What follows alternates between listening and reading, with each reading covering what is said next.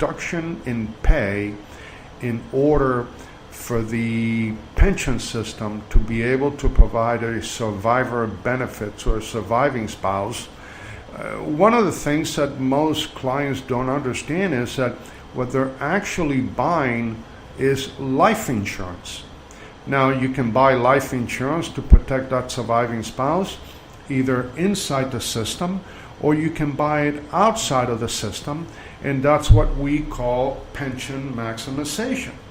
Now, bear in mind that if you're not in very good health, then you may have no choice but to buy that survivor benefit inside of the system. But if you happen to be healthy and you understand the importance of providing survivor benefits to your surviving spouse, then it may make sense to purchase that benefit outside of the system. Now, once we get into those conversations with the clients, then we need to address issues as to, what type of policy is there going to be purchased? Is it going to be guaranteed, non-guaranteed? What type of premium is there going to be paid? How many years are their premium going to be paid for? And those are all the other issues that need to be discussed. What I have found is that in most cases, purchasing the survivor benefit outside of the system makes more economic sense and provides much more protection than if you do it inside of the system. Because inside of the system, you may not have a choice. If your surviving spouse happens to die first, there's a high probability that you will continue to pay that cost, even if no one else is going to receive those benefits along those lines. And I do a presentation for clients via PowerPoint presentation and online seminars along those lines in order to give them examples of how it works from a business perspective. Now, obviously, having those systems working for you does provide a tremendous opportunity from a business standpoint.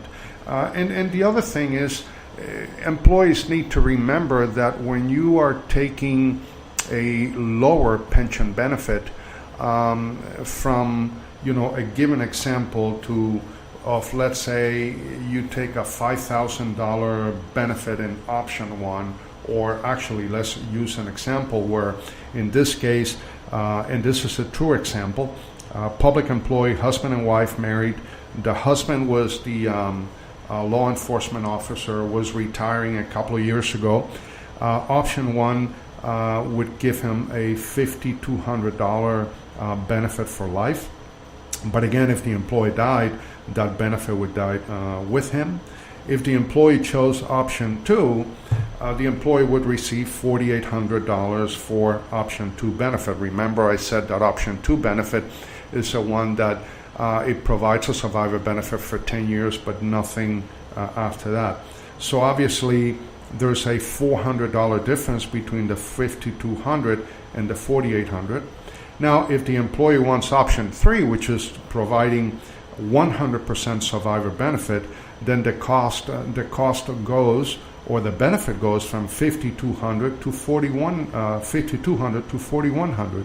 So there's actually a cost of $1,100 per month that the employee is not taking in order to provide a survivor benefit. Now, that's a major cost. And then obviously, if the employee chooses option 4, which provides a 2/3 benefit as opposed to the 100% benefit in option 3, then the benefit that the employee will receive while he's alive or her is alive would be $4,400. So now it's a little bit less than option 3. But what most employees fail to understand is, let's say that an employee chooses option 3 because they do want to provide 100% survivor benefit. And they feel that, okay, I can manage the $1,100 differential because I can go work somewhere else and I can earn some additional income in order to offset that. Or if you happen to be in Florida, you're going to use your drop money in order to offset that in retirement, and that might make sense. But what they don't feel to understand is that not only are they losing the $1,100, they are going from $5,200 to $4,100, but there's an additional cost to that. And the additional cost to that is that they also lose the inflation or the COLA, the cost of living adjustment that the department may be giving on an annual basis. So now that same employee, instead of getting a cost of living increase on the $5,200, they're only getting a cost of living increase on the $4,100. So in reality, there's an opportunity cost on that $1,100 differential that goes up every year for the rest of their lives because of the fact that the COLA is being given up along those lines. Again, I appreciate you being on this podcast today. Please feel free to continue to be part of our podcast if you like what we are covering, which is going to change every single week. And remember, our job as financial economic advisors is to change the way that you see things, because when you change the way that you see things, the things you see totally change.